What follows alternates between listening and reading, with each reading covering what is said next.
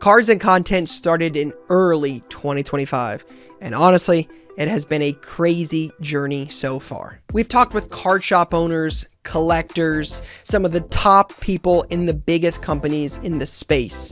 We've taken this podcast on the road and to some of the biggest collectible and card shows in the entire country. We've been fortunate enough to have some very special guests join us on the podcast this year.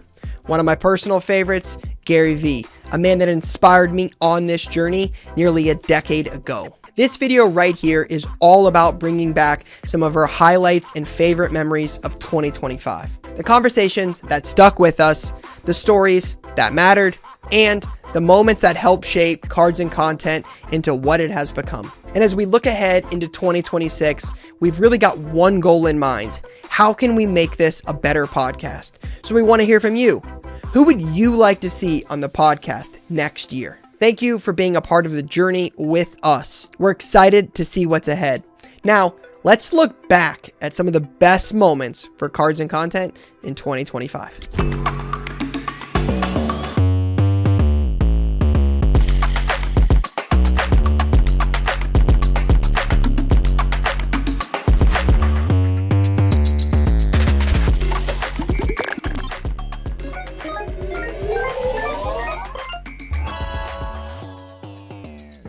I wanted to attack this thing to the fullest, and I didn't know what that actually meant until about, where we're sitting now, about a year ago. Okay. People knew who I was kind of in the space. I had a following, but it wasn't nearly to the scale. The viewership wasn't. I definitely had good content going, and I didn't realize what that meant to really go all in. I made a commitment to myself, and to be exact, it was April of last year. I can remember. I went to the Toronto Expo. I was going back there. I said, this is where also my favorite times and best contents come from. Great show. I had all these shows back to back to back to back to back. Deals are rolling in. I'm doing more bigger deals, and the business had grown and everything. When, if not now? And so I devised the game plan. How much content I was going to put out, how it was going to take place, where it was going to take place, and I didn't care if it meant, at the end of a long show day that I had to go back and edit that video myself to get it up there for that day. I was going to execute that plan to perfection and stay so consistent that there was no question about what was going to happen.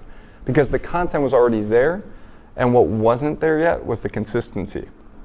And the consistency was also something that you learned from and enabled you to get 1% better every time you were putting out one of these videos. You needed that sample size, but it really started to become a compounding interest thing. And like you guys are incredibly consistent too with what you guys are doing. So I don't have to tell you about what that can lead to when you actually learn what that means. Because people say they're consistent, and they don't actually understand. They think that they're telling the truth. But when you get consistent, like I feel like I have some room to run still, and we're working on that actively. But there would go a week and I wouldn't post much of anything. That can't happen. It's hard now to go a couple days without posting anything. Now we're trying to scale it to, like, there's no reason in the systems that be as they are to not have stuff out every day. And it's not about each video getting every video perfect. It's about being consistent overall, because even the ones in between, the banger videos, not everyone's going to be that big one that crushes. Not everyone's the game-winning shot. You got to hit the layups too. And that's what it became. So I can't perfectly pin it. I've always tried to be myself all the way through and through. If you catch me on or off camera, I know we were talking about this before, but I think authenticity is the biggest thing. People aren't stupid. They pick up on it no matter who you are, no matter what you're doing. If you're real, people can see that. If you're not, people can see it. And so sticking to that and just putting it out there, but really working at making the most of what I already had. The content was there. It was about how much can I get out? How many people can we get in front of? How many reps can we get in to keep getting better? Case hits are obviously a much bigger part of the card hobby now versus when you started.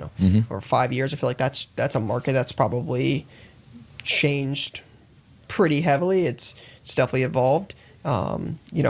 how did you get into that piece of the hobby, and why do you stay so much in there now? Because you do a lot of it, and I know you, and I know you have a lot of success in it. So why, how and why case Right. hits? So I really credit buying the downtowns and the kabooms to really jump starting a lot of my stuff in terms of profit and moving cards a lot, just because essentially when I was buying them at first, I was early into the market. I was literally clicking them on eBay. I remember you and selling showed them me for some of 50 these. to 60 to 70 to 80 to $100+ over what they were selling for. So like I jumped in early and thought, okay, I'm doing really well in this market. So, and I've always been one to myself say, hey, do what you're good at. That's what I was good at first. I was buying case hits and watching them continuously grow.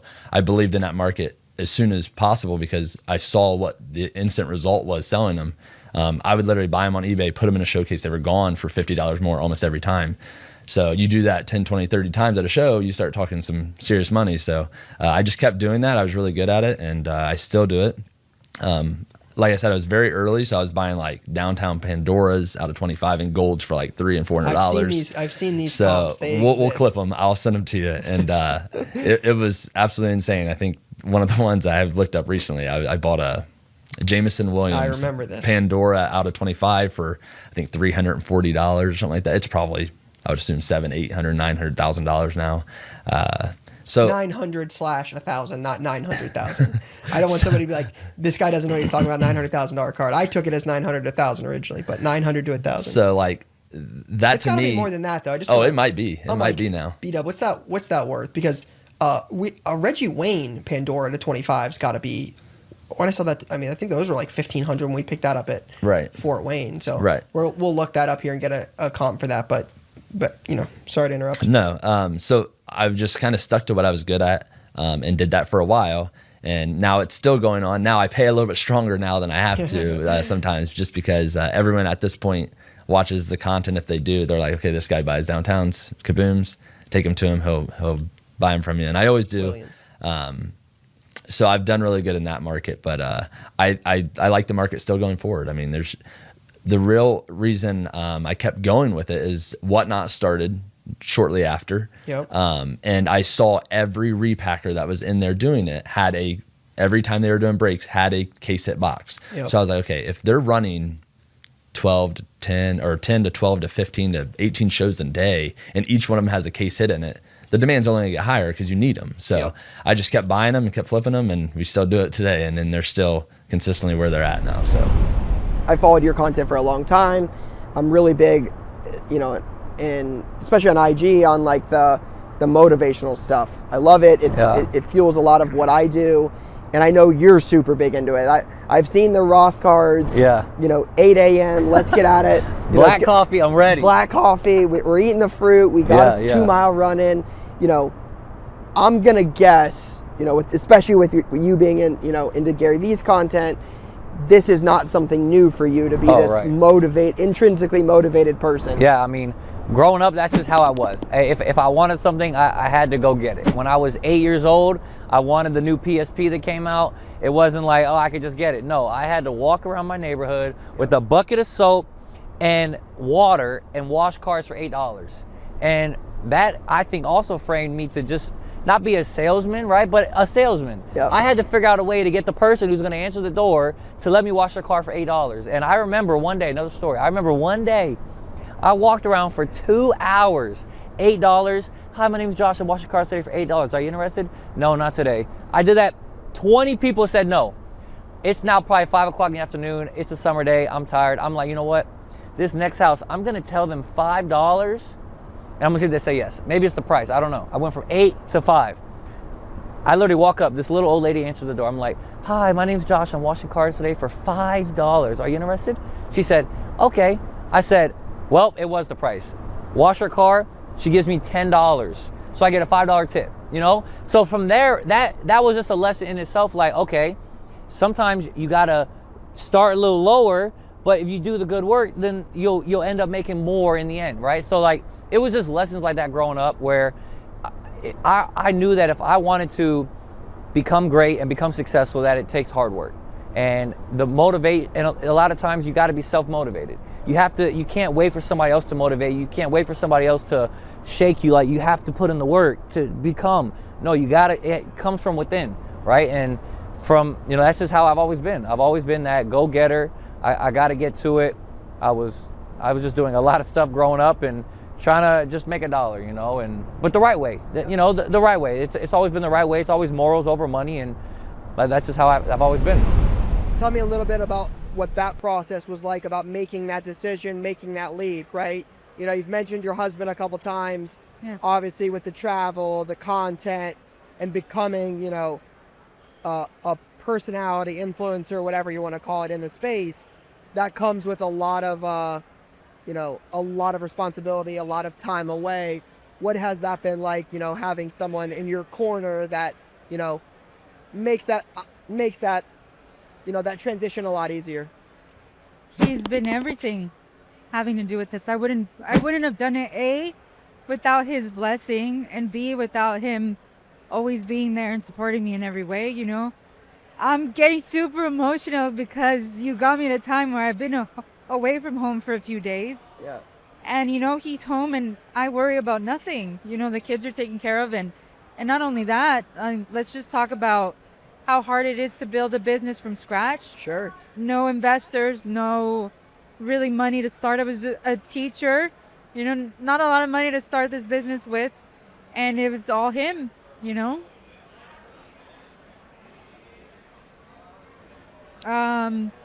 Financially supported me for the first 2 to 3 years of this, absolutely. In coming to all these events and traveling as much as we do, always being supportive when I come back and super tired, and just in a lot of ways also helping me navigate decisions. I don't make decisions lightly because I always involve him in them as well, and he's just the way he is and very logical, and I think he's helped me make a lot of great decisions so far too, and he's just been my number one fan. Yeah.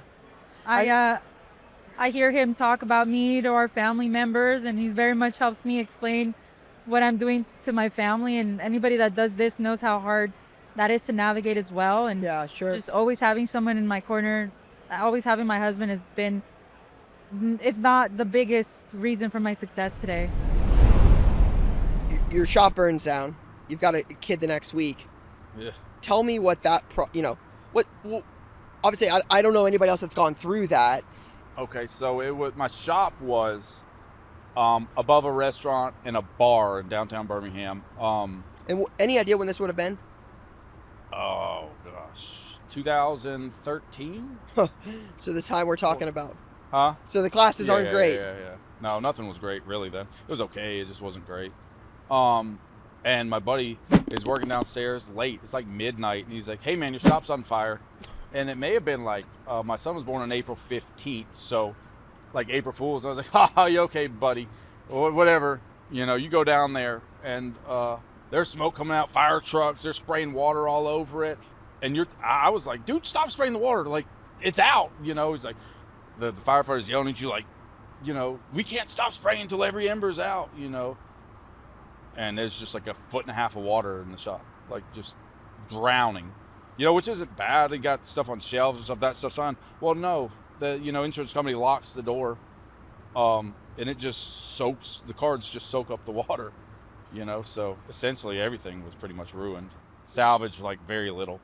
So you were closed then. So when did you officially when did you get your next shop then? It had to have been a little while. Yeah. Probably 1.5 to 2 years. It was definitely work doing other stuff for a year or two. You'd have to really ask Paul what the exact time was, because I was trying to rebuild a website at night while going to school, while working construction. And having a young son at home. Oh, yeah. And I'm talking about the counseling stuff was like writing papers, and it was brutal. But I did it, and then Paul bought a huge collection from somebody that used to own Arlington Sports Cards here that run the first few nationals. And he was like, "Hey man, can you help me get my money out of this?" And And, I went over and I helped, in a few weeks, helped him. And we were kind of like, man, I think we can do this. Like, I think we're ready to do this. And we went and released, the worst place, just something, just get the doors open. And we did. We got the doors open. It worked. We put all our stuff in there. We started running the website. There's no traffic. There's nothing, everything you're doing is online. And then that's when I started breaking with Kyle. And then that kind of changed stuff, helped Monster Breaks. We got, tons of cars. We were able to buy stuff. We get paid regularly. And then we moved to another place that was bigger. And then, a few years after that, COVID hit, and everything changed for everyone. A lot of people in this industry don't understand, like, the before COVID. Yeah. A lot of people do, but, a lot of younger kids don't understand what cards really were back then. Yeah. They talk about grinding now. They're grinding for thousands of dollars, not tens of dollars. Yeah. So it's a lot different. I'll start with that then, because you and I were both at the last one. Yeah. Correct me if I'm wrong. Not as great as you might have hoped. The first Fanatics Fest last year. Fest. Right. Maybe a little more underwhelming. Kind of. Fanatics is learning, right? Yep. Trying to understand what to do, how to make this epic. This is crazy. The leap that has been made between the first Fanatics Fest last year and this Fanatics Fest this year was monumental. For it sure. really was. This event was so much better orchestrated. It was a lot bigger, first of all, just bigger, more stuff going on. But the last one, you could tell they were like kind of figuring it out as they went. For sure. It's a little rough around the edges. Yep. The experience wasn't incredible, and the energy was good, but it was never like, it never 100%. felt like next level. Yep. This year, everything feels next level. The energy is unbelievable. Yesterday, the Saturday, it was full scale, national level crazy. You don't see it other than the national at that level, and that was definitely that yesterday. It's been a wild event, and I'm so happy with how it's gone this year, because to me, this is proof that this type of event works. And I know Fanatics has to be thrilled with this, and they have to be thinking to themselves, oh great, we're gonna, this is now an annual tradition, which is great for the hobby. Yeah, so many things to take away there. The first thing for sure is it's the closest we've ever felt to the national, outside of the national. 12-hour day, we were here at 7:30, left at 7:30, all day long, packed. It wasn't like slow, it was elbow to elbow.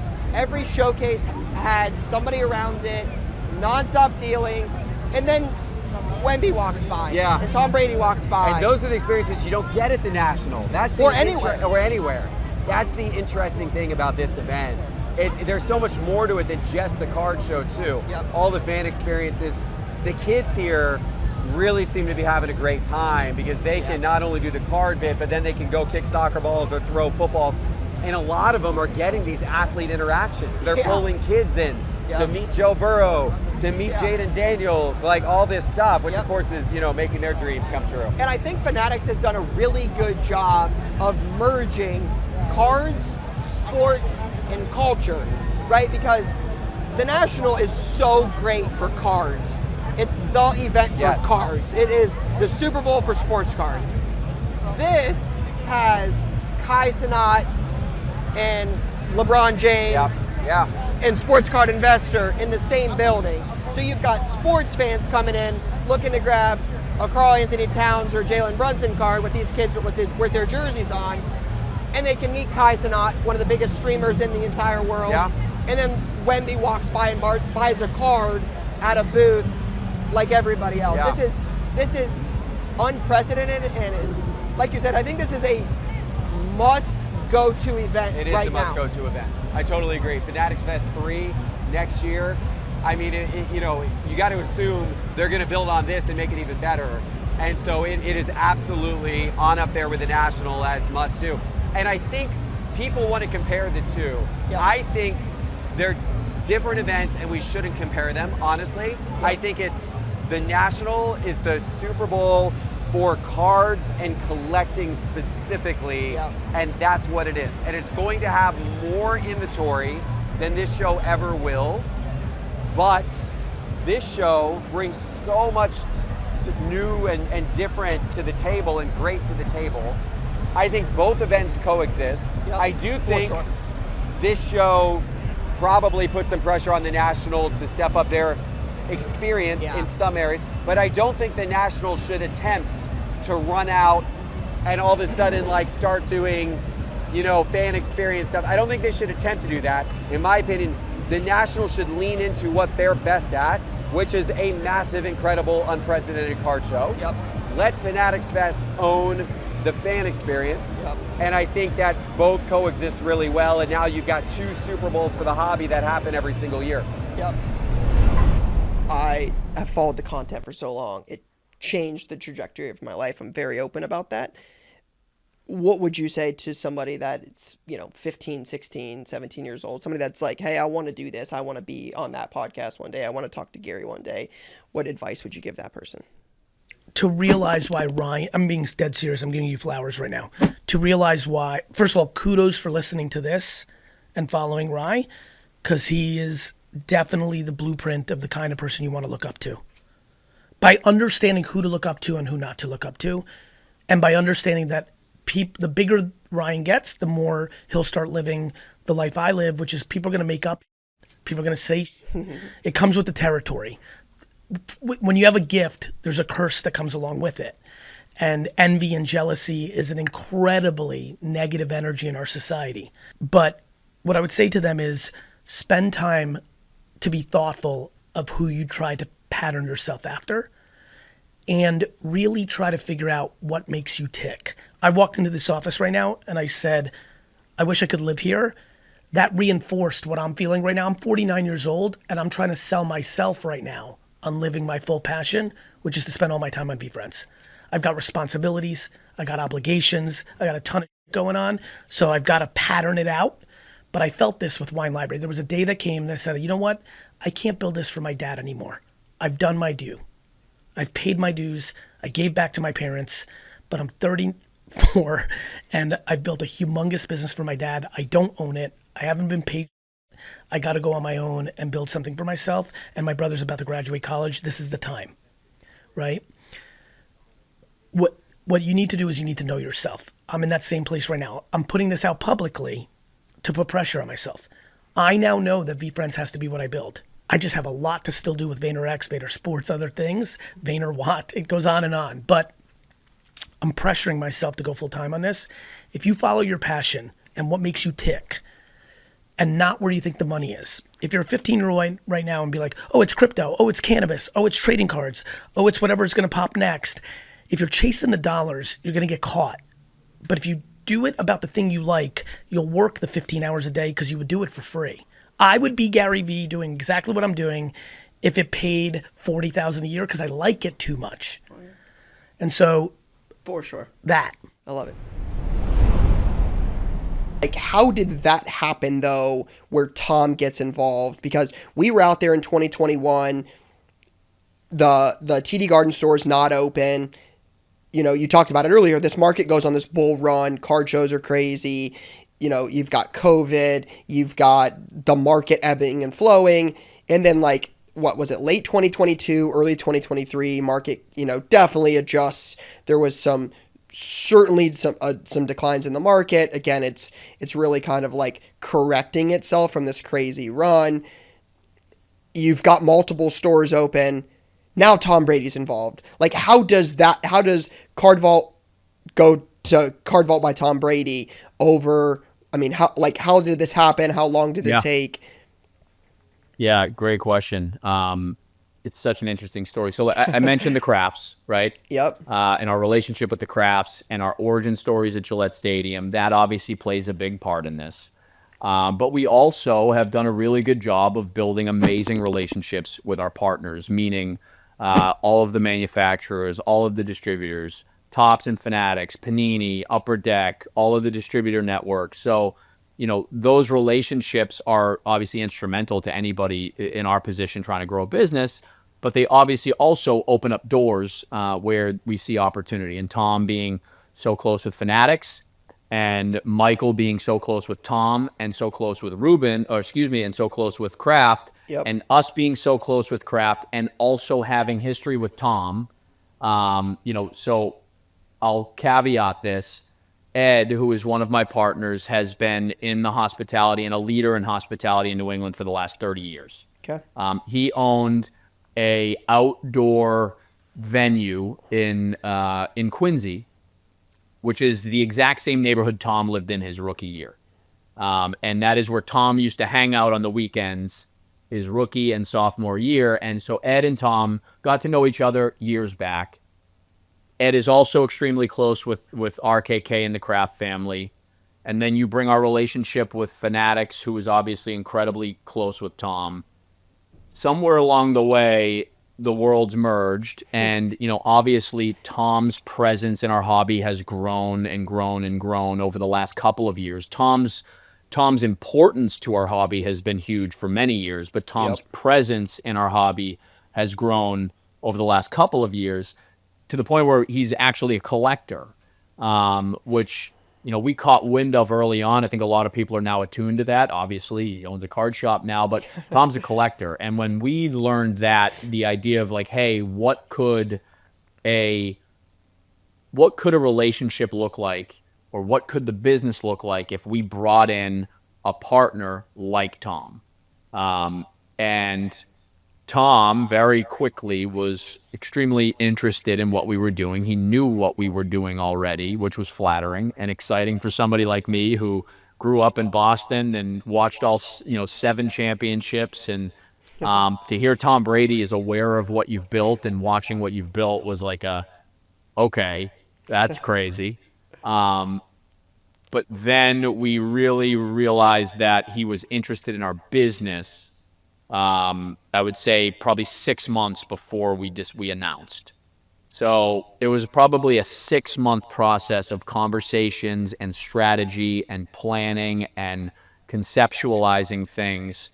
And then about exactly a year ago today, we sat down for the first time in person and started really hammering out what a business plan would look like. What's amazing about Tom, and again, you sit down across the table from Tom Brady, having been a Patriots fan your whole life, and it was a surreal moment for sure. But what I was taken aback by was how quickly you realize how sincere Tom is, how honest he is, the way in which he engages with you in conversation, and the level of eye contact is so intense. And it's very easy to then all of a sudden get out of this, oh my God, it's Tom Brady mindset. And you're having a conversation, and you're having a very thoughtful conversation with somebody that actually has a lot to bring to the table. Not just with his name, not just with, his celebrity, but with his experience, with his mindset, with his approach. And that's where the conversation started. And then, yes, about 6 months later, we landed on what we thought a proper plan was, where we felt Tom fit in as one of our partners as far as like we think about our business as swim lanes, right? So I kind of oversee and operate the business as a whole. But I have certain areas of our business that I'm hyper-focused in, and then I have partners or VPs or directors that I trust to own other areas of our business, and we do the same thing with Tom. So it was a crazy process, a crazy ride, a lot of, oh my God, is this happening moments along the way. But yeah, it came together, and one of the things that I think is super important for us for people to realize, because it's the truth, is this is not a Tom Brady spokesperson type thing. This is not a Tom Brady brand ambassador type thing. Tom is an operator in our business. Tom is constantly looking at the numbers, asking about, hey, can I help here? Is this a relationship that I might be able to help the business with? What are we thinking about our Fanatics Fest setup? What are we thinking about our national setup? How can I weave myself into those plans?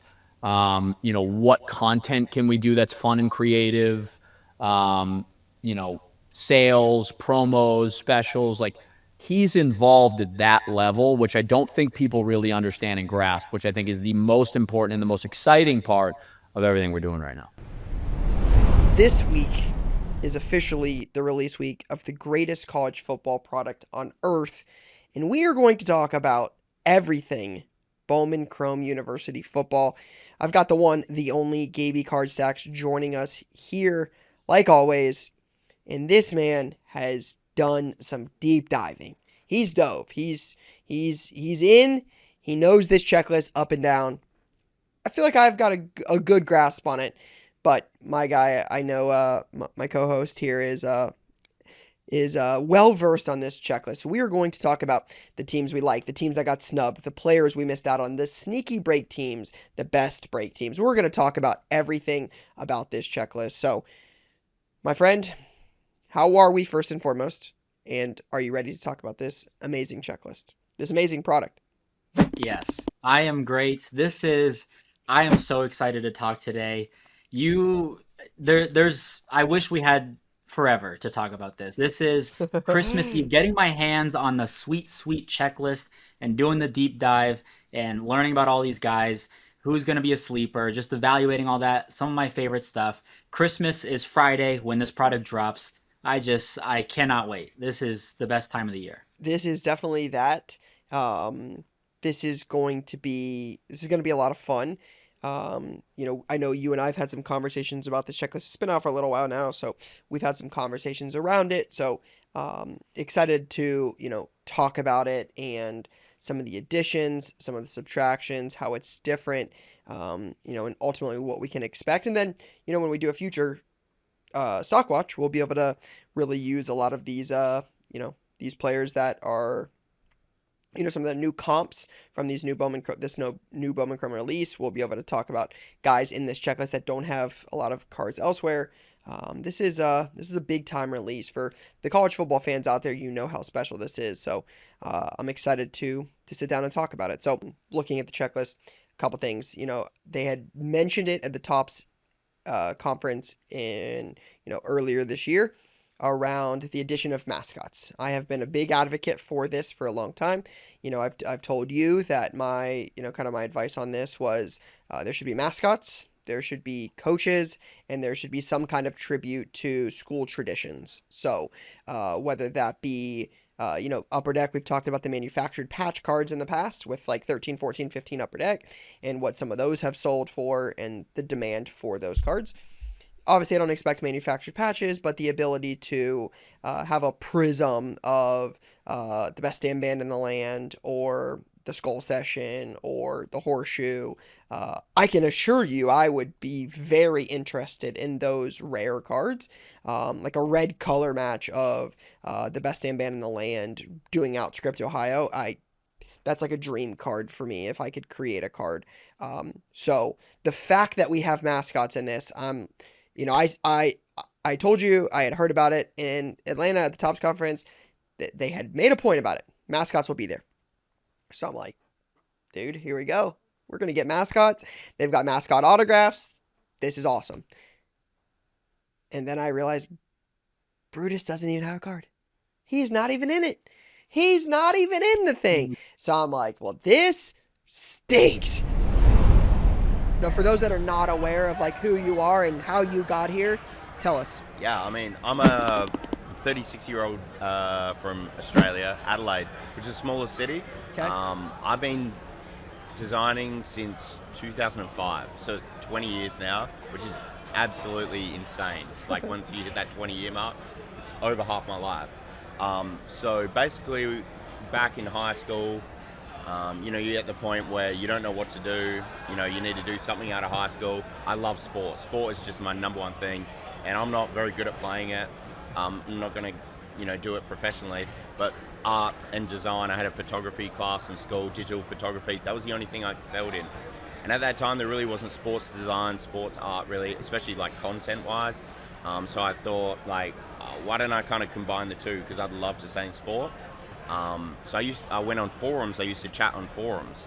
It was like basketball mixtape or something. There was some mixmakers.net. Yeah, mixmakers.net. And I used to go around and just make free wallpapers and signatures and avatars for members on forums just for fun.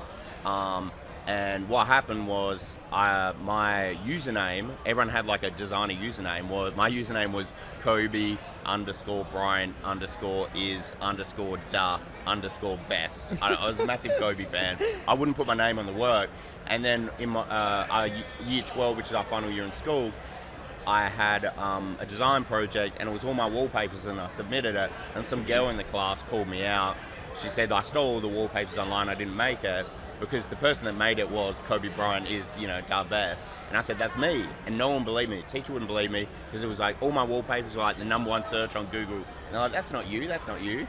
So that actually made me change my name online to just Tyson Beck. And once I started putting my name as Tyson Beck online, I started picking up, like the Lakers were my first client. They came to me, made The Lakers were your first client? Yeah.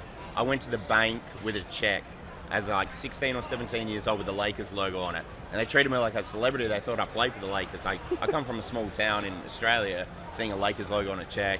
That was pretty special. It was only small work, and ever since then I've been kind of, been designing in art and sport. I worked for the NBA for 8 years. But on the Kards point of view, I had my first family trip to the States in 2000. I was a massive NBA fan.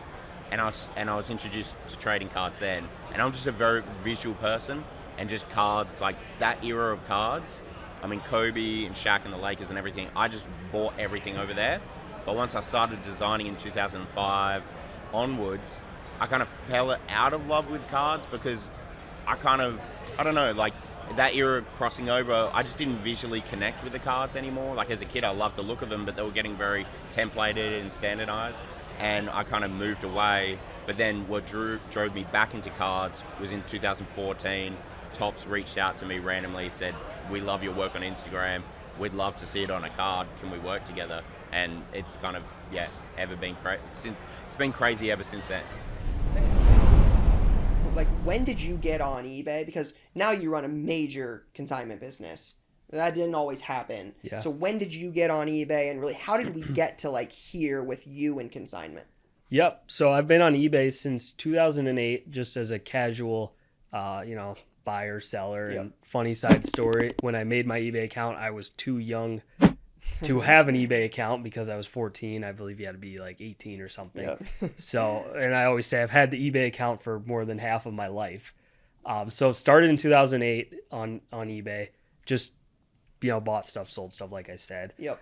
It really wasn't until, 2016, 2017 where the volume started picking up. And even back then it was like, you sell a couple $100,000 a year in 2016 on eBay, like you're one of their top sellers. Like that's a lot. Yep. And, just kind of grew with that as the years went on. And we ended up doing enough volume to be considered one of their top sellers, and they reached out to us and said, hey, you're one of our top sellers. Are you interested in growing with eBay, and in return we can offer you this and that. Yeah. So I took it. It really helped us grow, and we kind of got to the point where we were growing too fast, and we were told this is kind of the next expectation, the next level, and I realized this is the only way that we can sustain this is to offer a little bit of consignment. Yep. So, this was about 2020, 2021. So we thought maybe casually take some consignment from friends, help them out, just add to our numbers a little bit. And then it just kind of took off and blew up. And that's what I was going to say, was in the early days of the consignment business for you, it was mostly like friends and more private things, right? It wasn't super like public. Yeah, no, it was just like, hey, my friend sends me stuff, or, I offered a couple people. There was no like advertised service. We didn't really want it to be that way. We didn't want to get a lot of stuff. We just wanted to help our numbers, help some friends out. I remember these days. Yeah. I remember sending in a couple cards, and it was a lot more like in-house. It wasn't as like big of a deal. Obviously it's a much bigger deal now, and we'll get into, what it's grown into. But you said, so when were you taking consignment for like the first time? Like, would that have been any idea of like when the consignment like more publicly would have been? Yeah, I want to say like probably late 2021, maybe early 2022 was where we launched like a separate Instagram page called Consign with MC, which is more directed at our consignments because, you know, my main account at the time, I was posting a lot of my buy, sell, trade deals on my own. So I didn't want to mix and match. So I think it was about then when we created that account that it started getting a lot of traction and, you know, a lot of word of mouth and people telling other people. And next thing you know, we were getting a lot more volume. So talk me through maybe some of those early days of like, you know, mail-in orders. Was it just you and Dave? Like, when did you get employees? When did you go to shows? Like, what were some of those early days like? So some stories I like to tell, and I've given some advice to people who've opened up new stores. Our rent, I think, was $600 a month. And I actually took an 800 count storage box and wrapped it with packing tape and cut a slot in it like a piggy bank. And every day we'd put $20 in there. So we knew we could pay our rent at the end of the month.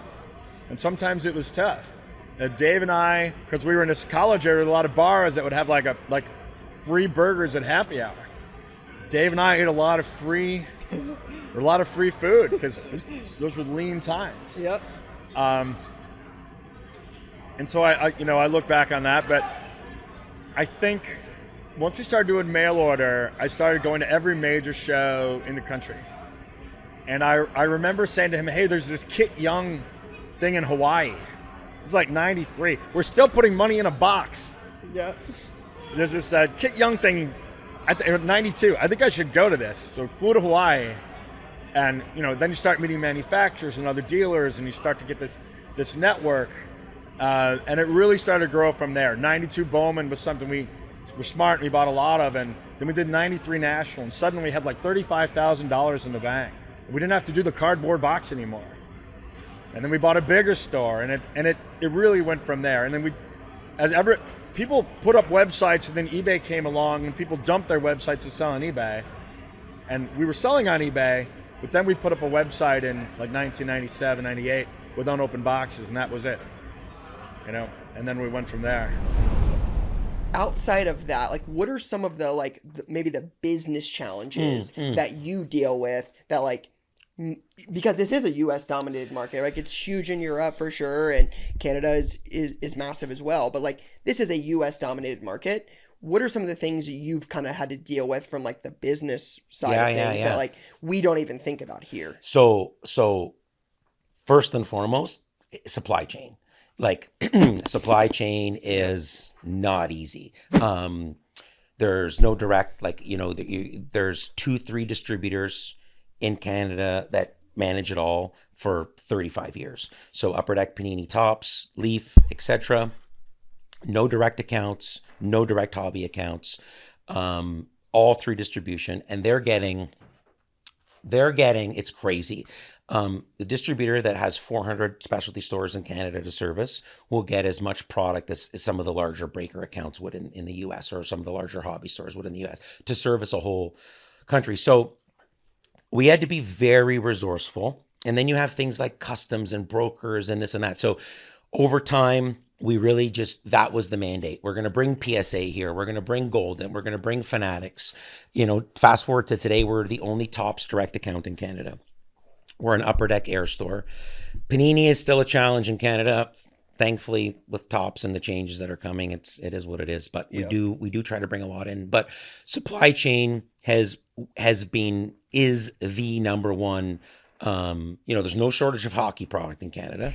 But I mean, we sell massive amounts of soccer. I can't keep it in stock. Football, basketball, same thing.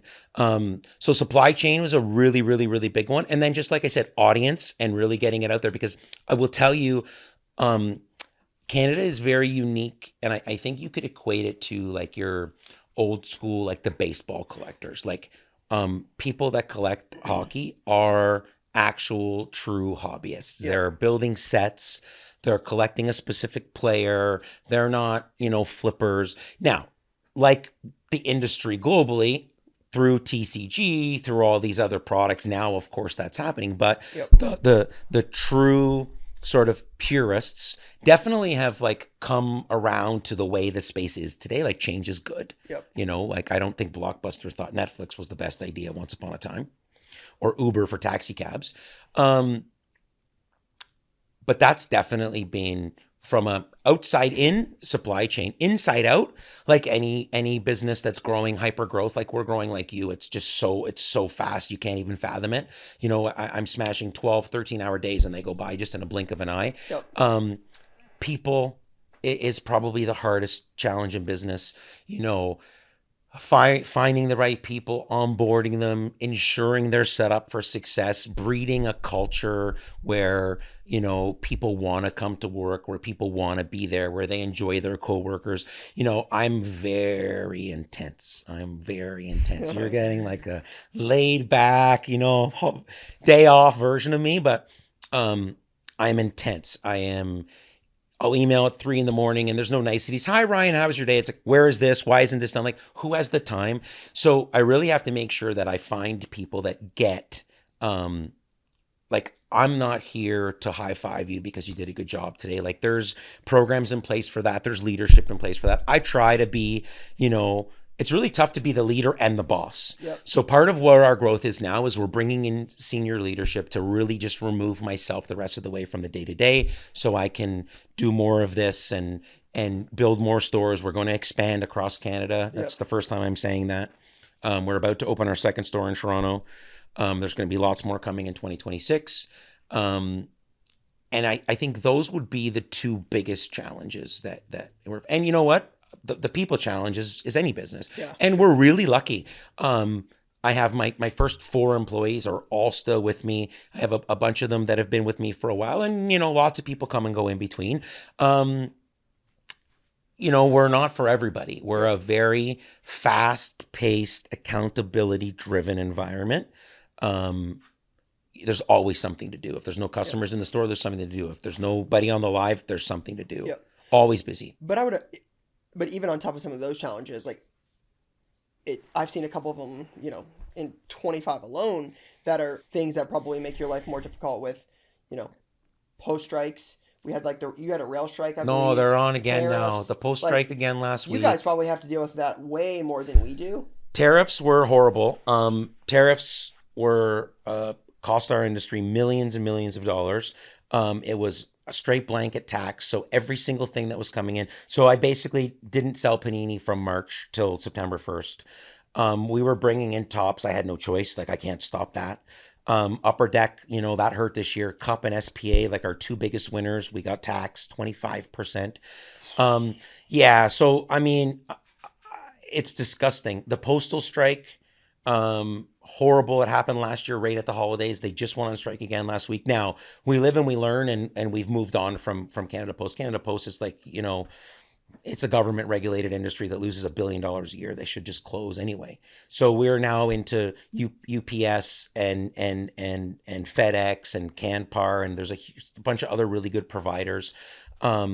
So those challenges, like Canada Post goes on strike and your e-commerce business goes down, you know, whatnot goes down. And then it's not only just that, it's even though we're robust and we're ahead of it, it's like I have to re-educate my customers every week.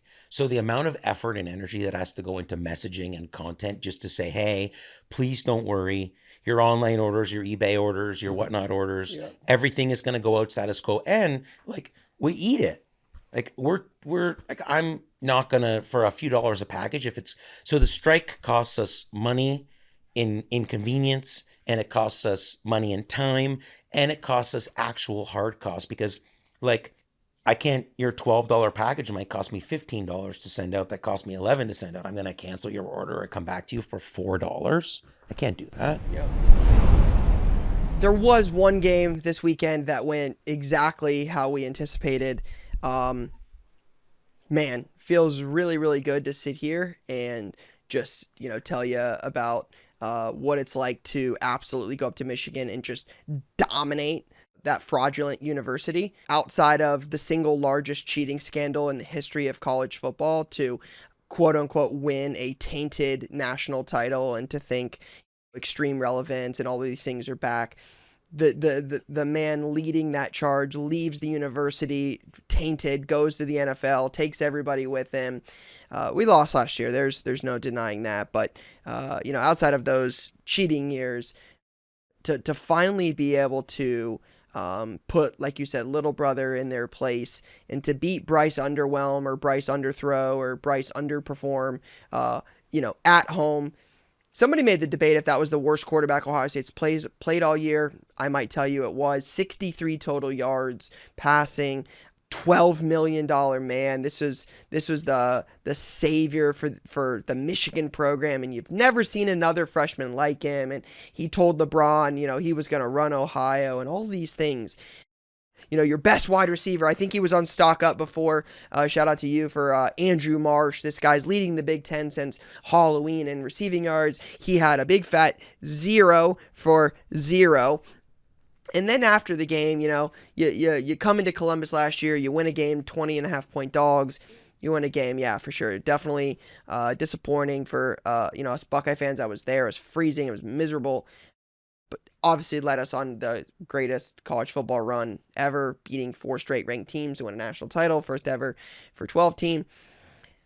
You playing all the flag, cops are involved. It's the stain on the rivalry and what it was. But then to have some remember the Titans locker, gymnasium meetup before the game on Friday night and said, hey guys, when we lose to the Buckeyes, we're not going to let them do that. We're not going to let them. We're going to guard the M. That was the only thing they guarded all day. All day. They stood there. They rolled the equipment carts out, put them on the 50, said, we're not doing this. The whole team was in on it.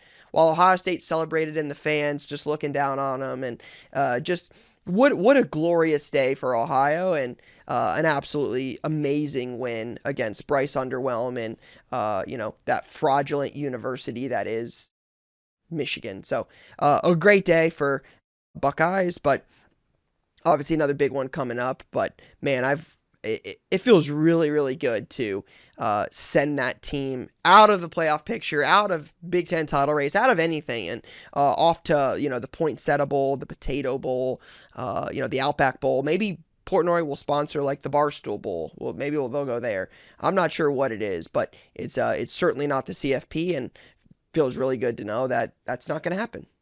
Yeah, no, I agree. I've been very vocal on Bryce Underwhelm this entire year, just paying all that money. Paying all that money for him, and then I've been saying from the beginning of the year that's the worst wide receiver room in the Power 5. And then they had Andrew Marsh on the bench for the first month of the season. Then he finally comes up.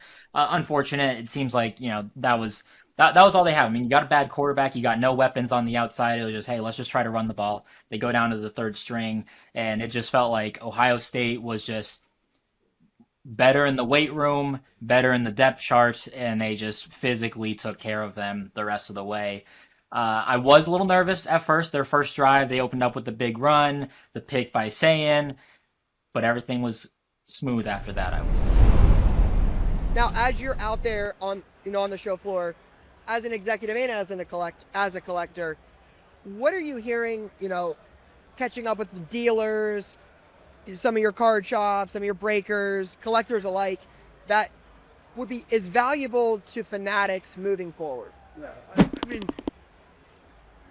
we take feedback very seriously, and while the industry is at all-time highs, the business is healthy, we don't take anything for granted. And we believe that you have to have a great collector experience in order to have a sustainable ecosystem for years to come, and we relentlessly focus on that. So anything we can do to improve that is really important to us. So we listen to collectors, we listen to hobby shops, we listen to breakers, we listen to retailers, we listen to our licensors. We try to really incorporate feedback in each and everything we do.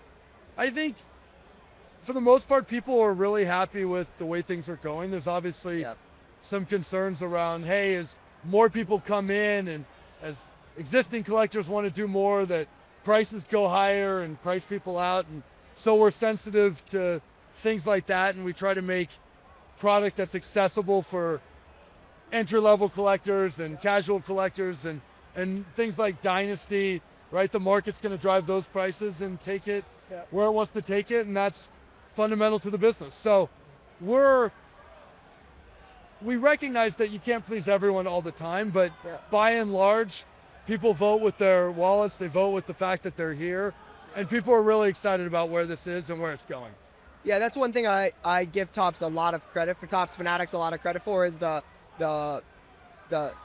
willingness to take feedback.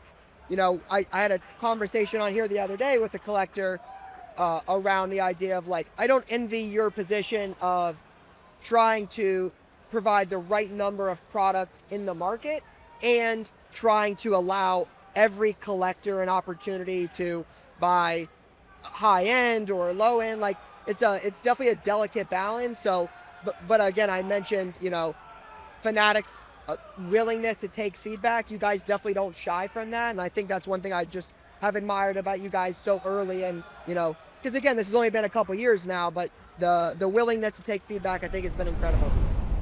It's been a long journey. Named Skyby Cards. I got into cards probably around right before COVID. So like right before everyone got into cards. Yep. I was a bum. I had like nothing going for me. I was working. I had a terrible job, got fired because I was just so miserably depressed at the job. I couldn't even do it no more. Got let go, and I'm like, I need to figure something out. So I tried doing like stocks, crypto, anything that was like kind of fast money without having to be tied to like a desk office. Yep. That didn't work. So I'm like watching SportsCenter one day, and I'm not really watching it, but I hear it in the background. And the lady's like, a LeBron James card just sold for $1.4 million. And I was like, hold on, what? And I'm like, I got some cards. Let me go pull them out. And they were worthless cards. So Yep. I'm like, whatever. But at the time, Zion Williamson was a rookie. And I thought, just like everyone else, Zion was going to be the next LeBron. GOAT. Yeah. Yeah. So I'm like, let me go get some boxes of cards. Let me get to open some of these. So I go to Target. It was impossible to find cards. Yeah. So I'm like checking every single day. Eventually I stumble upon like mosaic blasters, you know what I'm talking about? Yep. So I get some mosaic blasters and I pull like a base Zion. I'm like freaking out. It's a base mosaic card. I'm like, I thought I hit the jackpot. It's like probably $50 at the time. Zion's market was crazy back then, but crazy. That's like what really got me into it. And that snowballed into like a crazy pack opening, like passion. Like this was even before I had a YouTube, before even the thought of YouTube ever existed. So I was just like every week going to stores, trying to track restocks. This how I am today, still making videos about restocks. But like going to all these stores, grabbing as much boxes as I can, and just ripping like a maniac, like religiously every week. And then I have a buddy, he's out there, his name's Kano. Kano started telling me, he's like super into numerology. He tells me one day, he's like, I looked up your numerology numbers. He's like, it's like influence is what the numbers were. And I'm like, he's like, you need to make a YouTube is basically what he was telling me. He's like, start making videos of this card stuff because you love it. Because I would always blow his phone up, call him, like, look what I pulled. So he's like, make a YouTube. Like, it's going to crush. And I would always like, nah. So this was like weeks and weeks and weeks and weeks and weeks of him begging me to do this YouTube stuff. I'm like, no. And then one day I go to a store. It's called Meijer. It's really only in the Midwest area. Oh, yeah. And this was like kind of like right in the middle of COVID, right when they like stopped stocking the stores. Yep. And then one day they like bring it all back. So I go to Meijer and there's like 80 mosaic basketball mega boxes on the shelf, which at the time were selling for like $300. Huge. But I didn't care. I just ripped everything. I never resold no boxes. So I call Kano and I'm like, look, man, I will sit down here. I will open up some boxes on a video. If I pull anything cool, I'll put it on YouTube. If I don't, I'm just going to live life how I'm living it. And in that very first pack of that video, I pulled a Zion Williamson Genesis. So which at the time was like $5,000. It was like life-changing money for me. I was like, whoa. So I put that on YouTube. The video is still on YouTube. It's my very first video ever. Is it really? It's hilarious. I'm like, gosh. I can't, I cuss. I like literally freak out. I'm shaking. I'm like, I can't even say what I said. It's funny though. You should check it out. But that's kind of how everything started for me. I pulled the Zion Williamson Genesis. As soon as I pulled, I'm like, guys, I'm ending this video now. Peace out, basically. Freaked out. And then I put that video up and I'm like, well, now I got to keep making videos. And I get on YouTube one day and there was another YouTuber that I'm not going to say his name, but he made a video of him going to a store, doing card hunting in the stores looking for product. Yep. And his video had 250,000 views. Holy cow. And I watched the video and it was kind of trash. He didn't really find nothing. And every week I'm doing that. I'm going to stores, looking for product, going back home and ripping it. And I'm like, dude, I could do that. That's so easy. So I just started doing that. And it kind of just You did the card snowballed. hunting. Yeah, card hunting. Every single Monday from the day I started this, I put up a card hunting video. Going to all Walmart, Target, Meijer, GameStop, Walgreens, you name it, I'm going to the store and I'm checking for cards. I buy what I can find and then I open it in the video. It's been that way since I started this back in 2020. Yeah, Brian's got some of your oldest videos up. He's it's funny, your video is my all-time biggest pull. Explosion, fire, NBA Mosaic Mega Box, hilarious freak out reaction. That's the video. You can't even play it. You can't even play it? No, because I cuss. I'm freaking out, dude. Literally freaking out.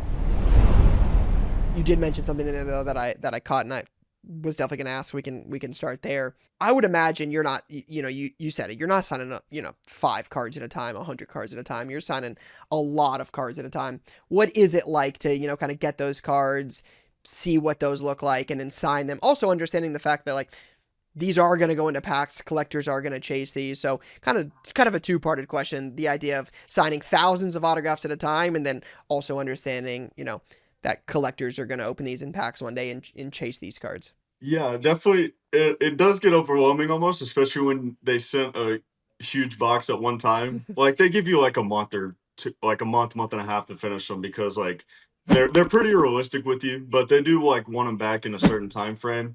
And but they do give you enough time to be able to not take your time with it, but make sure you do them all right, and and everything. And I've always been big on, I've been wanting all my autographs to look good, and I want to take care of them, because I don't want someone to pull, say, an out of 50 and then to have a bad autograph on it or something and just not look good and everything. So I've always just tried to take care of each autograph and everything, but it was definitely overwhelming at first. But it's definitely also super cool at the same time, just to be able to do that, and then just knowing it's going to go into collectors' hands, if it might be Red Sox fans or whatever it may be. And then when I started seeing people sell them on eBay and stuff, and then I saw what they were going for, my first and second year, I was like, oh, this is crazy. I was I couldn't even start buying my own cards. I was I'm not spending all that money on myself. But then, but yeah, but I did end up spending quite a bit of money on myself. So for my sake, I hope I turn out to be pretty good also. So I'm sure my future kids are the same way. They whenever that happens, but they'd be pretty sad if I turn out to be pretty decent. So. Oh, there we go. Yeah, I think I would probably tell people the same thing. We've picked up a couple cards and videos before. I remember buying a Sapphire Red Auto PSA 10 in Boston at the Shriner show of you. We've had that card. I mean, that's got to be in a couple years. That's probably right after the episode we recorded, probably a couple years ago. I mean, you've got multiple sales back in the, 2021, 2022 days. Your Red Shimmer SGC 9.5 auto in March of 2022 did 12.5. So there's some big all-time Blaze Jordan sales. I know the Sapphire PSA 10 auto that was red we bought was not a cheap card. So I'm definitely, obviously as someone I've gotten, the pleasure of knowing over the couple of years, we've been connected. It's been a lot of fun. So I'm rooting for you just as a friend. But also, I got a red Sapphire auto. I'm ready, I'm going to be there and, debut game. We got to, maybe we can make some deals for that. Trading Blaze. I mean, because at some point you're going to have a pro debut patch auto, pro debut patch auto. That's the ultimate trading card. So we'll, again, a lot to get into because I want to hit on a lot of these cool topics. But I got to ask, just going back to the signing thing real quick. You mentioned they gave you a month to sign them. Are you we sign these over the course of a month? Or are you the type of person that's like, we're gonna get them all done in like one day? Like one day we're gonna sign all these cards, or we kind of delay in this. We sign on these for a few weeks. I would do a lot in bulk. So like I would say I would sign like when I would take a day out and like do them, I would do a lot at a time, but I wouldn't do them like every day. But once I got like in a groove like of signing, like I didn't really want to stop. So like I just I just kept going and going. But I was also smart enough to like take care of the cards too. Like I didn't really like, you know, push them around or anything too much. Like I was pretty smart with them like that. So I'm hoping a lot of my cards got good grades. I but yeah, I was really just trying to take good care of them and take my time with them, but also trying to get through them at the same time because I know they needed them back, you know. So my cards weren't redemptions or something in the pack. So that was the thing I didn't want to happen with my cards, and I don't think that happened in any of the sets. So I was but yeah, like once I got going, I kind of just started signing a lot in bulk and everything, and then before I knew it, I was getting a lot done. But the ones that were like tough, like you could sign the stickers pretty quick because it's like a sheet and stuff. And but those were kind of boring because like you're not looking at a card or anything. You're just looking at a sheet that you're just signing and everything. But yeah, I liked signing the cards a lot better than just the stickers. So I was a big fan of just signing the cards. So. Talk me through the decision to go from a store you had been in a while, was a really nice store. I had seen it in person. You had a really good operation there. Like you had a lot of things going well. Like the shop was beautiful. Talk me through that thought process on, okay, it's now time to take this to a whole different level. Because 1,400 square feet to 8,300 square feet is not a small transition, and I'm sure is not a minor expense. Talk me through that process to go from where you are to really the new home of RBI Crew 7. Yeah, I mean, essentially, we had 2 units over there. We had a 1,400 square foot online store warehouse, we called it, and 1,400 square foot retail store. Then we had an off location where we had stuff. We have a lot of product and a lot of things. We had outgrown that space a long time ago. Yep. So years ago, I started the process of I want to buy. I don't want to rent anymore. Yep. I want to own property. I think I'm just throwing a lot of money away, and I have a lot of assets that I can move to buy a building. So where I'm at and where I wanted to be at in the town that we're now is O'Fallon, Missouri, which is just the next town over from St. Peter's where you went to that shop. Yep. And everything out here, for the most part, is owned by corporations, and they're just fine letting it sit. They don't care. They get their tax write-offs, and they don't want to sell. Yep. We hired a realtor, a commercial realtor from a family friend that recommended him. That is the top-notch one out in our area, and there's no question he was. We had hired him. We looked at a place closer to my house, and it was nice, but there was structure inside would have been hard to take down, and we had a tenant there for another 3 years under contract. It was a lot more than I wanted to budget, so we shot it down. Started looking through a couple options, nothing came. All of a sudden, we get wind that this location that we're in now was going on the market on a Monday, and we got wind of it on a Thursday. We looked at it on a Friday. We had made a verbal offer over the weekend. By Monday, we were in a verbal agreement with them in negotiations. One thing that helped us was the listing agent for this building was a customer of ours. Used to spend a lot with us, kind of took a break from cards, but it wasn't like he was, helping, but part of him wanted to see us get this. So we went back and forth for 60 days to get this contract done. And they basically had to end up paying more than we had offered to get it done. But at the end of the day, we felt like we still got a great price. We knew that this was what we wanted. This was it. This was everything we wanted and then some, and we knew it. But the biggest thing is we had outgrown where we were at. And like you said, that shop was nice. It was clean, good area, very, busy area between unfortunately, a Green China and the Subway. The Subway was fine, Green China. If you know the story about that. But, we come over here where now we're freestanding. We're on an acre of land. We have 40 something spots. We're on Mexico Road, which is, if you look at my old shop, it was called Salt Lake Road, and here's Mexico. So this Mexico Road go down about 2 miles, leads there. So fairly close. Yep. But the biggest thing is we wanted everything under one roof. We were tired of doing storage to shop transfers, going to our other location. Our online is big for us, and we had to keep track of everything that wasn't at this location, it's here. It was a lot of work and a lot of stress on all of us, and we just knew we'd outgrown it, and we had to do something. And I just could not settle getting 8,000 square feet and paying rent to somebody that isn't essentially me. Yep. 100%. So again, here we are. Best out of every business decision I've ever made. This was the smartest business decision I ever made, was buying property, starting an LLC, owning it. I know you as well do the same. And I just can't fathom, like, what I want to do is slap myself across the head. Like, why didn't I do this sooner? Yep. Then I look back and go, oh, there's a reason why I couldn't do it sooner. 5 years ago, I couldn't afford this. 3 years ago, I almost could afford it, But again, I kept, it's changed so much. I never thought, when the dream was to open a shop one day, it was to never own my own building. It was, I just want a card shop. Yep. Don't 100%. care. It just got to the point, like, we are ready for the next step. And again, now we're again, I tell people this is home. And for any of my customers that have gone to all 3 stores, I say you're one of the trifectas. You've done all 3 of our stores, and there will never be another RBI Crew 7. This is it. If we outgrow this, I am retiring. That is the words I'm telling everybody. I will not outgrow this. I will retire if that comes down to it. So it is my job to not outgrow this store. So that means I got to keep my buying in check, and Tyson's got to keep his buying in check. I got to start with like the origin story. It's, who are you and how did we get right here?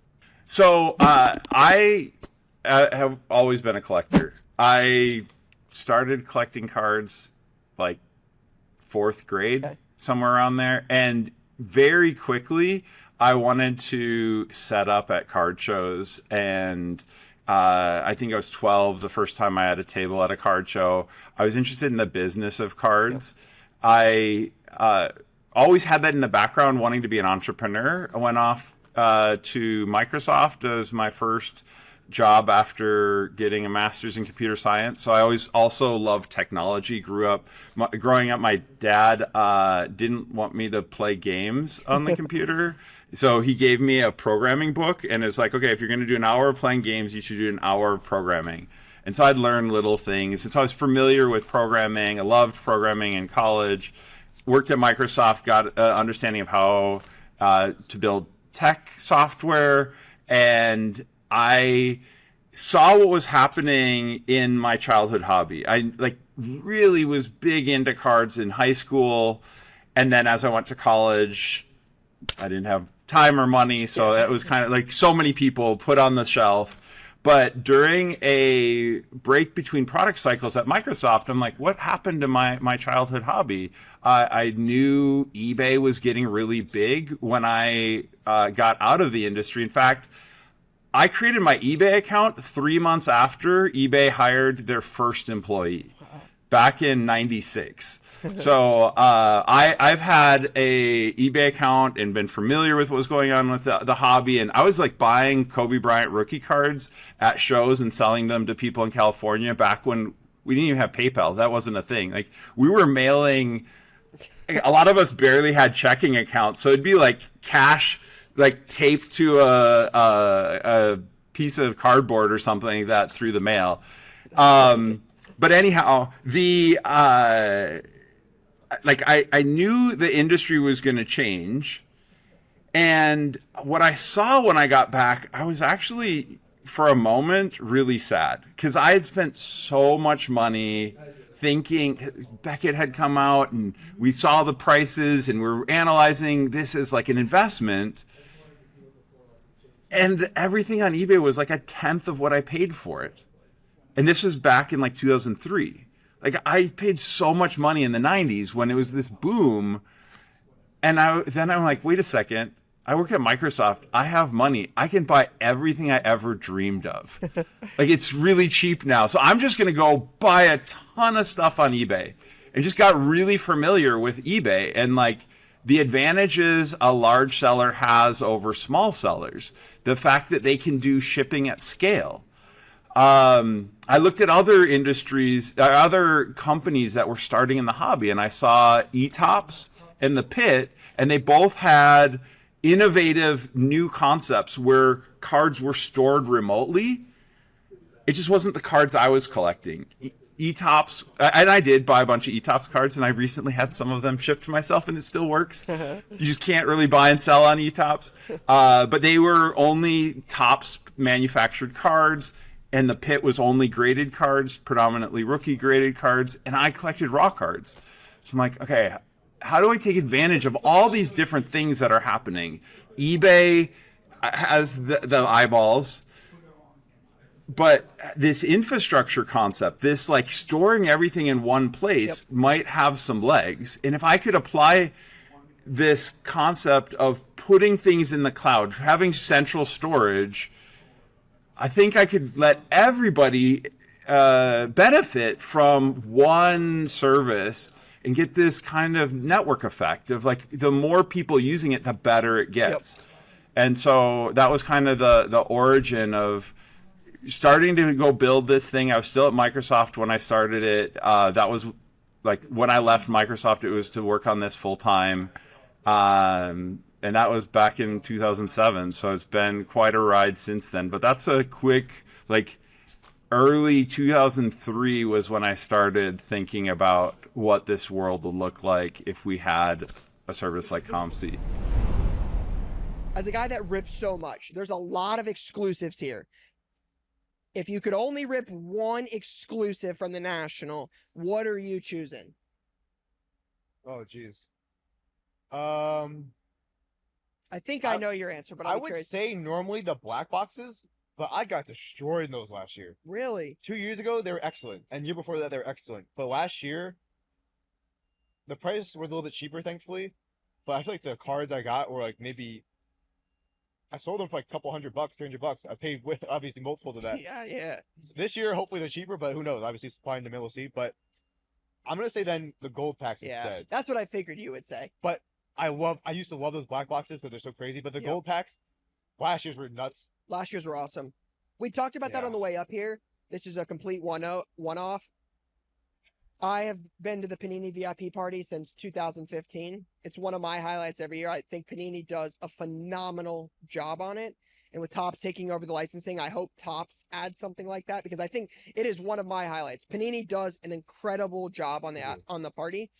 But the gold packs are like the best pack at the National, in my opinion. They have been for a while. I'm going to go on record and say that I love the Bowman Chrome U packs Topps does as a college football collector. But last year with the Nebula autos, Caitlin Clark, the splash of color, you had the Arch Manning Texas flag photo, great photos, they're chrome cards. They turned out amazing. They're excellent. So that would probably be my answer. And I figured it would be yours, just knowing like how good the packs are, how well the content does. Yeah.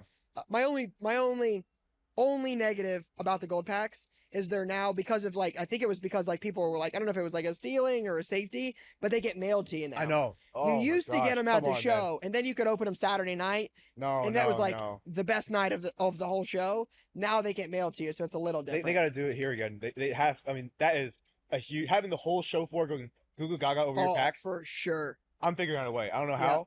And a sneaky pick is the case breaker packs. Are you aware of those ones? Yeah, they get sold to like case breakers. I can like buy them. But I don't know if we've ever opened any for a video. I don't think we've opened up like a few of them, like when we get them in deals, but I don't think we've ever opened like enough of them for a video. Those are sneaky seconds to me. But yeah, you got to go golds. They're a lot of fun. And any pack could just be fireworks. That's the crazy part. So I like packs like that where you always have no matter what you pull in the last pack, the next one can have anything. Unlike a box of select, all right, I just pulled a big hit. Yeah. I'm probably cooked. Sure. But in this one, you got back to back, just big hit of top names. So like last year with Wemby and Clark, I mean, that was phenomenal. Yeah, phenomenal.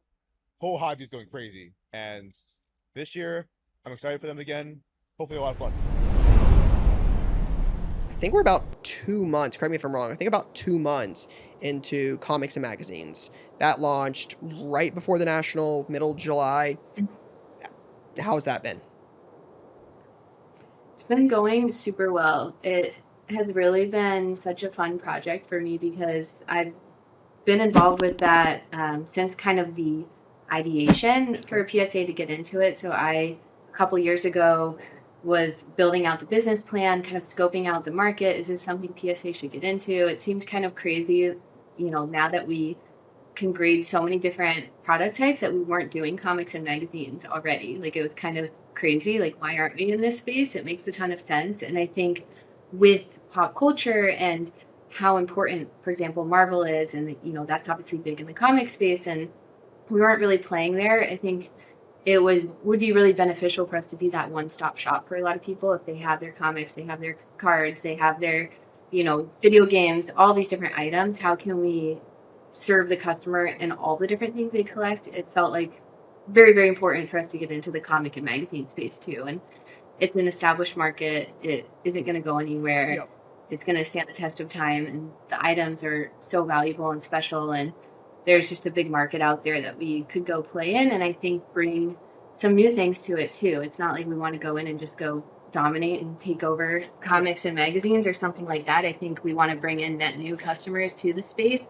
I think there's a lot of PSA customers who maybe have magazines or comics at home who are interested, and maybe they've never graded before, or they want to try it out. And I think we can help people kind of enter into the comic and grading space for the first time is the goal too, especially too with what we're doing internationally. I think there's a huge market out there that's pretty untapped, and yeah, I think a lot of room to grow for that business, which I'm excited about. So far, we've been doing really well. Like, we have a big backlog growing already, which is great. It's a good problem to have.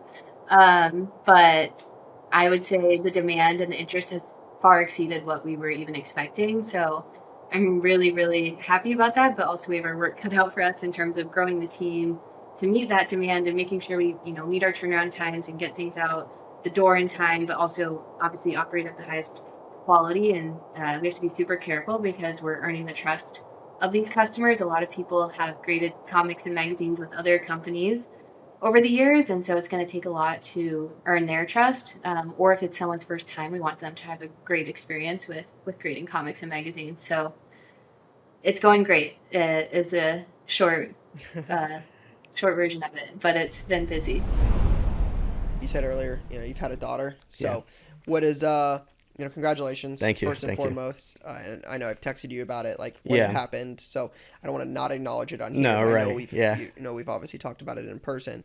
What has that been like as somebody that owns their own business, and you now have someone that requires your full-time attention. Yes. And now you're their provider for it. So like, again, I know we've talked about like the dad piece and like what that means, but what has it been like for you in such a short period of time? Yeah. So nothing makes you want to work harder, but less. Yeah. And it's a great point. Funny way to put it, but like, you want to work so hard because you want to give them the world, but you don't want to work as much as you were because you want to spend as much time with them as possible. Yep. So now it's a fun time of trying to find that balance, and especially with her being so young right now. Yep. I've had to ask Logan Hill to step up big time in his role, just because I can't fully be there as much as I want to right now. Yep. Just because there were some complications and everything. So not only does the baby need looked after, my wife needs as much help as possible at the house. And I mean, we've always talked about this. The one person you want to keep happy, no matter what, is the person you sleep next to. Yep. Because if she's not happy, nothing else is going to work. Yep. And with how much you care about that person, obviously that's going to take one of the biggest priorities in your life. So one thing that I've found is so we've been running Tuesday and Thursdays. Unfortunately, my dad had open heart surgery. I've been very open about that, sharing that with people, just because he's at every show. He's just as much of this brand as I am. Yep. And I don't know when he's fully going to be able to return. So Tuesday and Thursdays, I do Tuesdays, Hill does Thursdays. Yep. Just trying to keep that balance and everything is like, there's just so many sacrifices, and you have to have amazing people that you want to work with and amazing people you work with to help with that. And they have to have the same vision as you, really. And that's one thing that I've been blessed with is Logan Hill is probably, as far as an employee, one of the best you can have. Just because he has the exact same focus and knows exactly what you want. As far as like how you want to build this, and he's even harder on it than you are sometimes, which sucks because then you sit there and you're like, man, am I doing something wrong? But no, Hill's a perfectionist, and I love that, but at the same time it's tough because I'm gone, so it's hard to really help him with everything. Yeah. Anything stand out as like your craziest find all time you've ever done, any value box video ever? Anything stand out? Like, I have a couple. Anything stand out as like craziest find of all time? I have a good one for that. So all time flip card wise, I was at a flea market. It was before I was doing American Arbitrage cards. I think this is on an American Arbitrage video in like 2020, I think in August of 2020. And I went to the flea market, and there was a guy selling his personal collection of Prism Soccer in a kid's like crayon tote. Like, I don't know, like it had crayons and colored pencils. He took them out, put all his Prism in there. And it was not, the funny thing is, it wasn't like a ton of crazy stuff, but it was like Cristiano Ronaldo, 2016 base, Luka Modric, stuff that isn't super valuable now, wasn't actually super valuable in August when I got it. But for whatever reason, in September of 2020, it went ballistic. If you remember the soccer craze of that era. Oh, yeah. And I had like the Luka Modric on eBay for like $10, and I got, this is a little eBay tip for y'all. I got like 5 low balls in a row. And the minute that ever happens, guys, go take your card down.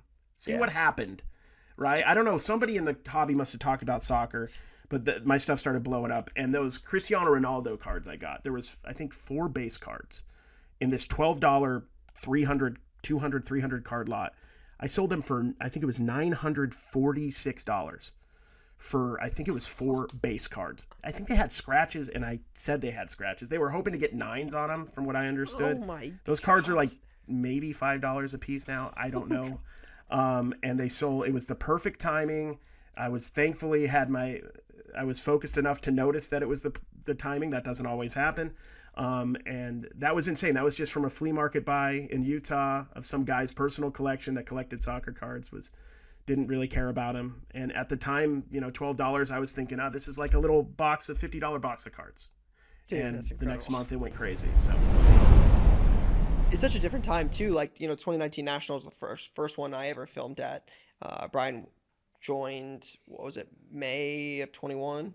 Yeah, May of 21. So like Brian had joined shortly after, but like the 2019 National, like, that was one of the things I talked about was there wasn't a lot of people doing that kind of stuff, like negotiating, like wheeling and dealing at a show. It wasn't really a thing. I remember Var, who's a card collector, he was filming for me at the National, and I was like so nervous someone was going to get mad I was filming because it wasn't like, it was so uncommon. It was so no uncommon. one was doing it. I would have him like hide on the other side, like across the way he'd be filming. So like you couldn't see the dealers. Like I don't want to like upset any dealer. So it was like filming like super discreetly. So it's interesting to see, how far that world has come now. Like now it's a lot more like everybody has a phone, everybody has a video. It's a lot more like, you walk into the card show now and like half the dealers have those little Osmo cameras like clipped to the side of their, dealer table. They're all doing content.